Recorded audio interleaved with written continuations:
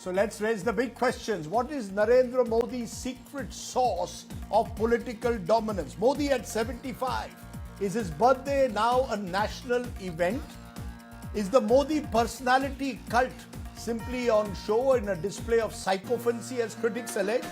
What is Mr. Modi's biggest success and failure? Those are the big questions. Let's get straight to our talking point.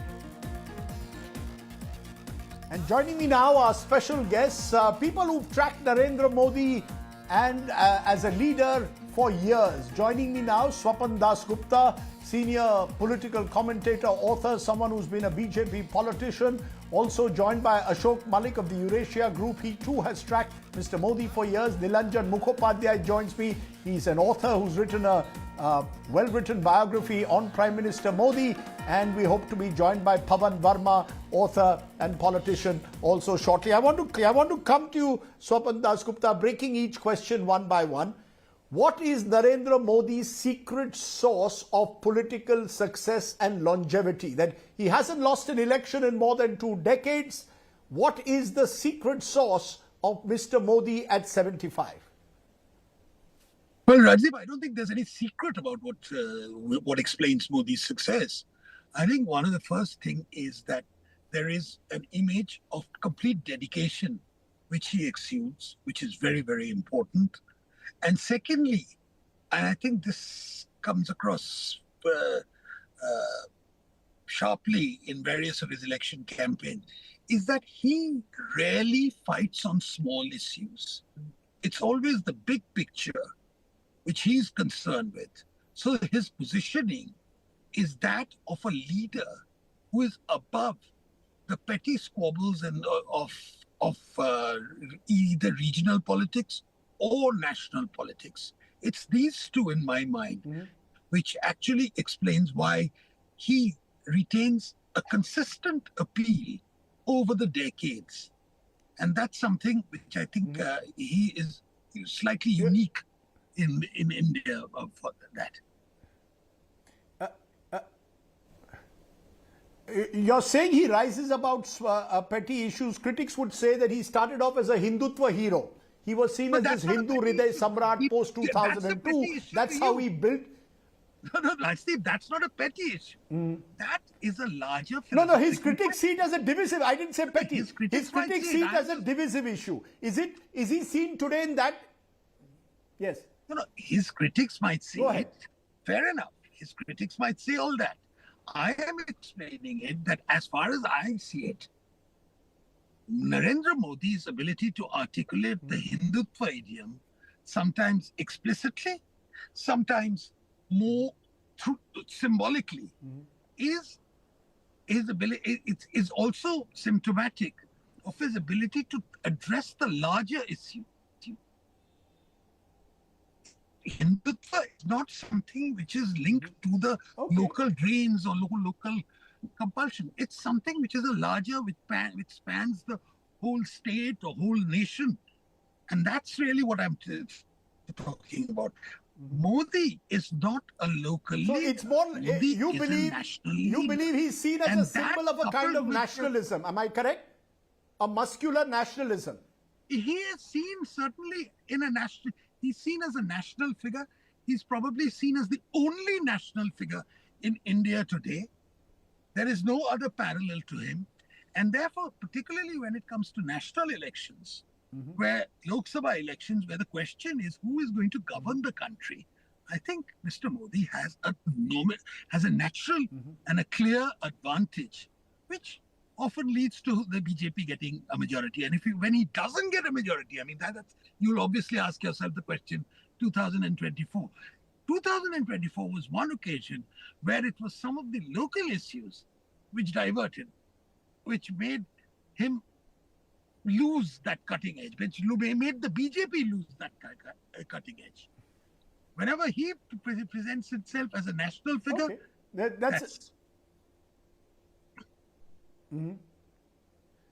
that's an interesting perspective. Nilanjan Mukhopadhyay, Swapan Dasgupta saying Modi at 75 has managed to transform himself into this national cult figure.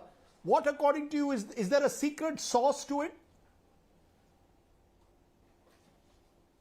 Well, we have to look at how Mr. Modi started out first in 2001. From that time onwards, as Gujarat Chief Minister, he was able to project two definite facets of his personality. One is somebody who knew the development mantra and was able to sing it in the manner that the people wanted it.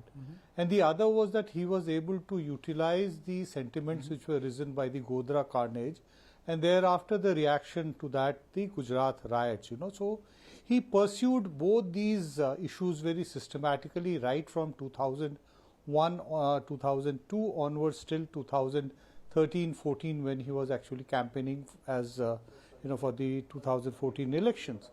Thereafter, as Prime Minister, he has further taken these two factors forward, and the development mantra has actually transformed into a kind of a governance platform which is heavily dependent on welfare.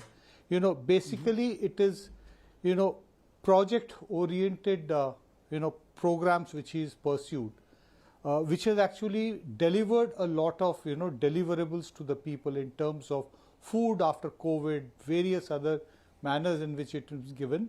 And besides that, there has been this recurring, the theme of Hindutva, which has always been there.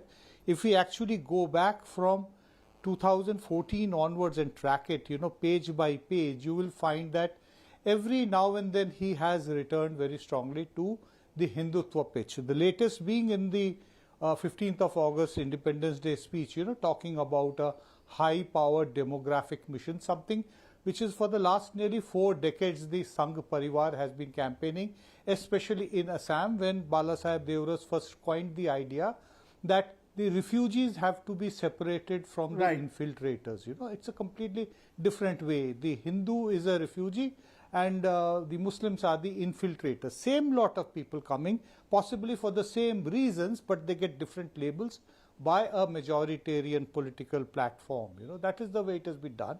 So it has continued way, and Mr. Modi has actually very successfully normalized this majoritarian idea under Mr. Vajpayee and Mr. Advani, more so Mr. Advani and less Mr. Vajpayee.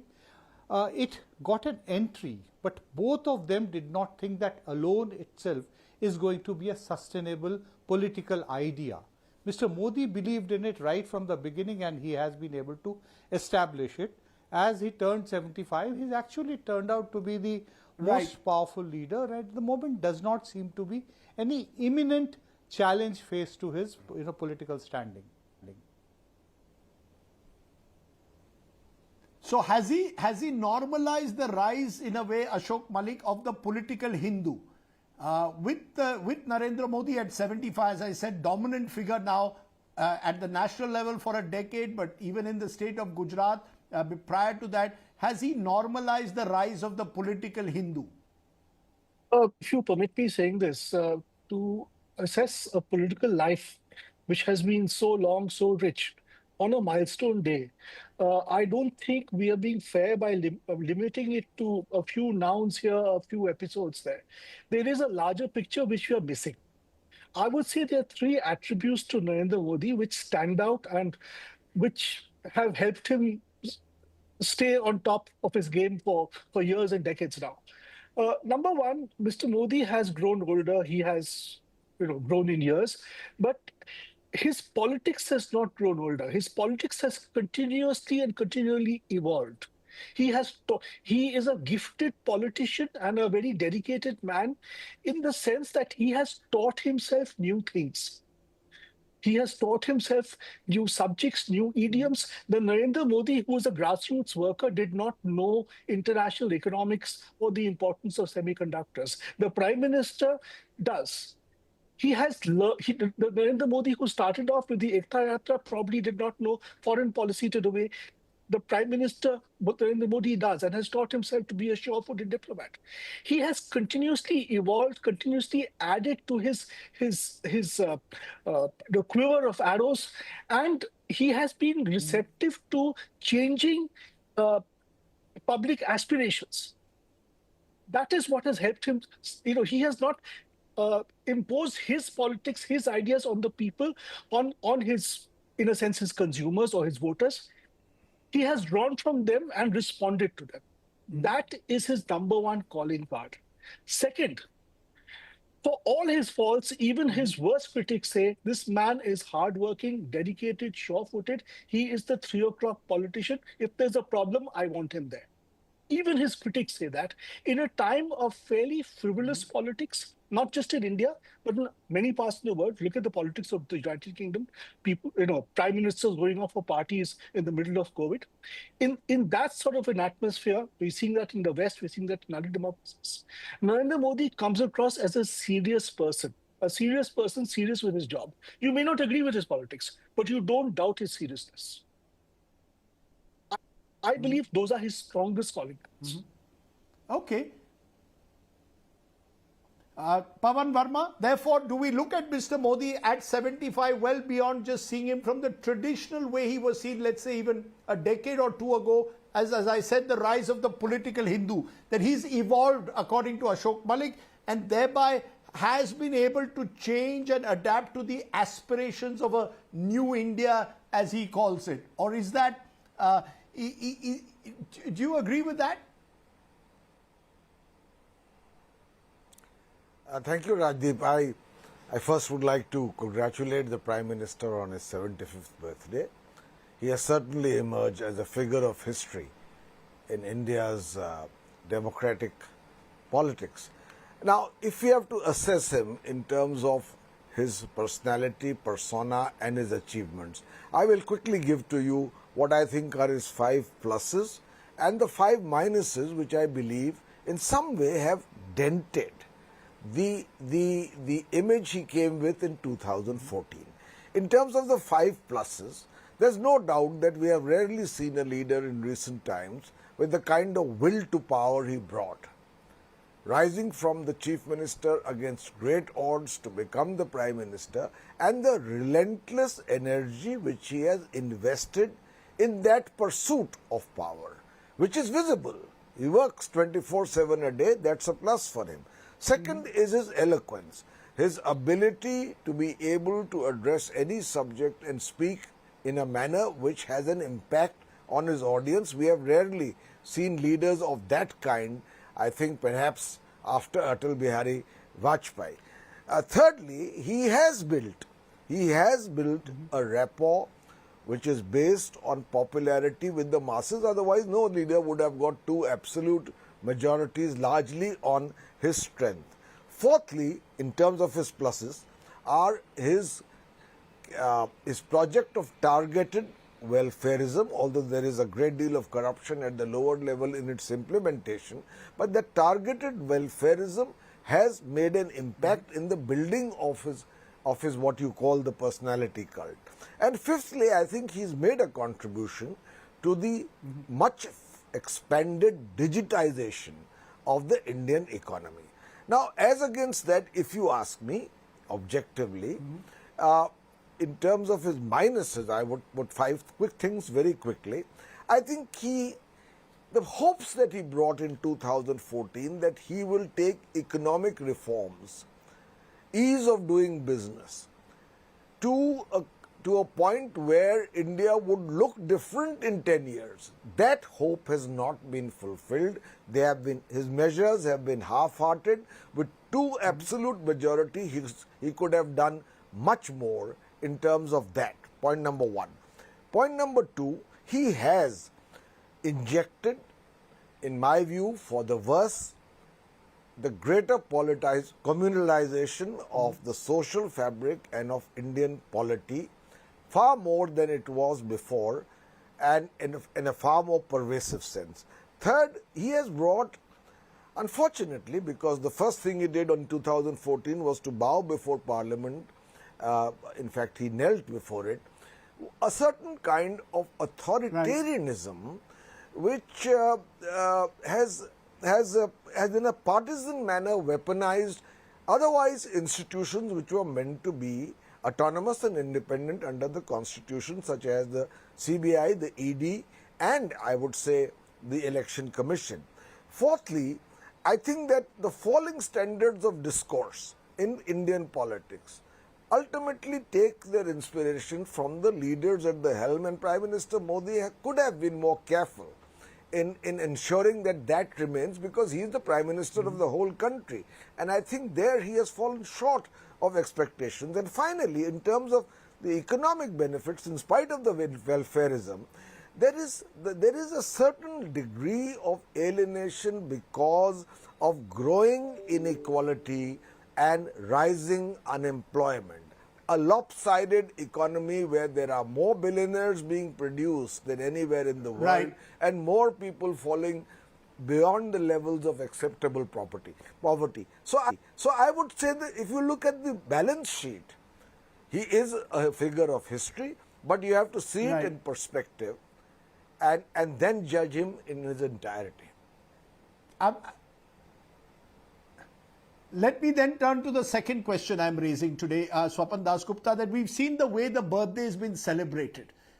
Every celebrity, every minister putting out tweets, putting out photographs, large ads. Is this the culmination of the personality cult that Modi has become? Critics will say this is an example of authoritarianism. His supporters will say this is an element of adoration and admiration that people have. Does the truth lie somewhere in between, or are we seeing an instinctive politician who's domineering and therefore a personality cult has grown around him? Look, Rajdeep, there is no doubt that Modi today is the tallest political leader and a person whose landmark birthday is being celebrated in this generous a fashion. It's not that every birthday of Mr. Modi has been celebrated in a similar way. Today being 75th is obviously something, it's the landmark birthday, the occasion has demanded it. And secondly, the point is, at a time when for a very long time, India lacked a towering figure who was a cementing force as well, Narendra Modi fulfills that role. And at 75, he is very, in 75, 2025, he is very different in stature from the Narendra Modi, which was elected in 2014, despite the opposition of the people, the types of which Pawan Verma articulated. Those very same criticisms were leveled. Today, he epitomizes something more. He epitomizes a certain power that India actually represents in the whole world. He represents the fact that not only has he modified his Hindutva has come of age, it's the fact that he has also managed to alter Indian aspirations quite substantially and make India think very big. And I think because of all these reasons, Narendra Modi has a very special status in the minds of Indians. At a time earlier, Jawaharlal Nehru's birthday used to be celebrated quite generously. How is that different? How is that different, Swapan, from, let's say, Devkant Barua in the 1970s saying India is Indira, Indira is India? Today the BJP is saying the same. Isn't this much like Nobody Indira has Gandhi, said it. emergence of this personality cult? How is Modi's personality cult? You would want someone to say it, but the point is no one has said it. The fact is, Mr. Modi's birthday is being celebrated quite generously, but not in the same slavish manner as the time when Devkant Barua said what he did, when India was, when civil liberties had been removed and when emergency was in full play. Today, you can say that this is cultism. Others will say, no, it's not. Modi is really quite something more special in India. So these are various points of view. I believe that while certain people may have celebrated his birthday, put out tributes partly because they want the attention of the powers that be, there is a genuine feeling that Mr. Modi stands for something special, and he has managed to take India to a status which was which certainly wasn't expected in 2014. Yes, there are shortcomings, but that has got nothing to do with the fact that Modi's own personality is today not only national but to a very large extent, he is a commanding international figure. Of course, there is work, these are all work in progress, etc. And it is also a fact Sure. that the BJP supporters will celebrate it far more robustly and vociferously than will a lot of the other people. That's only to be expected. He's the man who's taken them to 3 victories. So No, that is only to be expected. No, Swapan, I take that point, but it's sure BJP supporters celebrating is understandable, but there is a sense, Nilanjan Mukhopadhyay, and if you go through Modi's life and you've been one of his biographers, you've seen Modi likes the idea of a public spectacle. You know, his critics will call it narcissism, but there is this obsession with the self. Is that true or not? That optics matter, the idea of a public spectacle matters to Mr. Modi and his followers, supporters? No, I would not want to, affix any label from my side, but I would like to remind everybody that Mr. Advani, who possibly knew him the best, especially when he was making a mark and emerging from being a state leader to a national leader, he called him a very good event manager. So I think that says it, that Mr. Modi has actually known the benefit of using events. And let us, if we actually go back to 2013-14, when Mr. Modi was, making a niche for himself permanently in the national platform, it was a very well crafted product which was publicized in a very organized kind of manner. He was among the first Indian political leaders who sensed the advantage of the social media, got onto it, also got about this entire an organized publicity campaign, learned so much from the Obama campaign, of the first Obama campaign. So from all that, he really learned so much. So we have to understand that, we are talking about birthdays and events. Say a few years back, Mr. Modi's birthday was celebrated, when the Cheetah project was launched. So always in the last 11 years, there has always been some big synchronization of some national event with Mr. Modi's birthday. So it is not that, it is just some ordinary people doing something and, it has happened on its own. It's a very well planned manner. I'm not saying that it is not to be done. It used to be done. Even I remember as a very young, child, Indira Gandhi's birthday. It's done across the world. I do remember a few occasions. We live in a multimedia age, and therefore we live in an age where political choreography does matter. So I'm just trying to understand, Ashok Malik, do you believe that the personality cult is now even bigger than the party? That today people vote for the BJP, not necessarily because of the BJP, because of Mr. Modi, that he's become larger than life in the truest sense of the term? Rajdeep, 3 points. One, Mr. Modi is certainly more popular than the BJP is today. There's no question of that. He has not just added to the BJP's permanent vote, he's also given it a temporary bump, which is individual and particular to him. But broadly, he's left the BJP much stronger institutionally than when he began. It's got a much wider electoral base today. Second, is politics so? Is politics in India today over the top? Of course it is. But politics was over the top before Mr. Modi arrived. It will be over the top after he leaves. Nilanjan Mukhopadhyay spoke about the Cheetah event being commemorated along with Mr. Modi's birthday some years ago. Many years ago, Children's Day was commemorated on Pandit Nehru's birthday. It is a cherished occasion, but it was commemorated. Mahatma Gandhi, no less, delayed the start of the Dandi March till enough international press had arrived. It's there, it's recorded in history. And I'm not blaming anybody for that. He was maximizing the moment. And that is what politicians do. That is what intelligent statesmen do. There's nothing sort of wrong with that. We need to realize that a milestone birthday of such a popular leader will see a certain choreography. Some of it organic, some of it inorganic.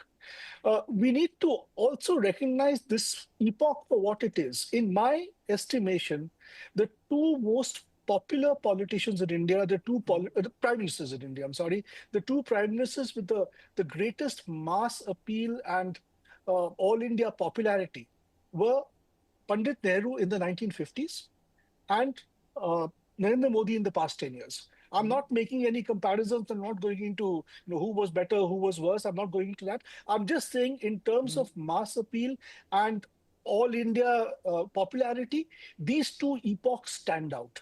That is what is special about this movement politically. Okay.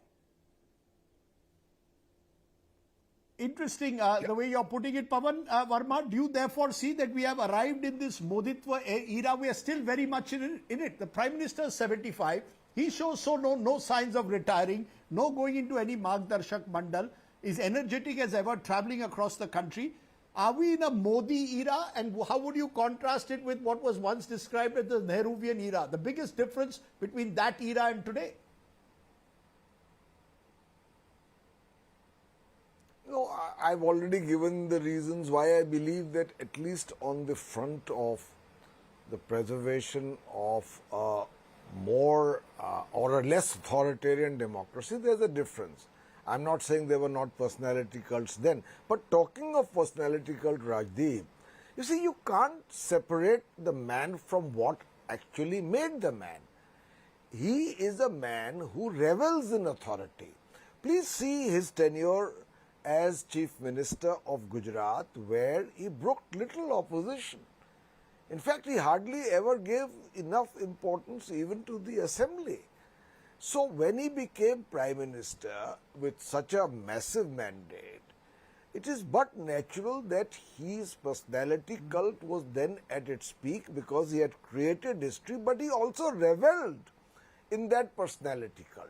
And what that has led to, and that is an observation which I see from sometimes real and sometimes apocryphal feedback, is that it has reduced the BJP, which was otherwise a very active collegium, Advani, Murli Manohar Joshi, Vajpayee, in discussion and sometimes holding a different opinion. It has reduced the BJP to a fairly inert conformity, which I believe is a consequence of that cult. So you benefit from it, and then there are some consequences that follow from it. As far as whether we are in a Modi era, you see, India is a country of a varying hue of political possibilities. And as one line in Urdu says, "Har bulandi ke nasibo mein hai pasti ek din." Every pinnacle has in its own genes, its own descent. So at the moment, he is certainly the most towering and powerful figure. But I don't believe that we can call any particular period of history as a Modi era, in identifying it only with an individual. And there are other dangers to also a personality cult. For instance, in foreign policy, where you take personal chemistry with a leader to be in a way sometimes a substitute for careful strategizing. Now, these are consequences of that, but that is what has made the man. If he didn't have this will to authority, who could imagine a chief minister of a smaller state than other than Gujarat making it to the prime ministership against stalwarts like Advani?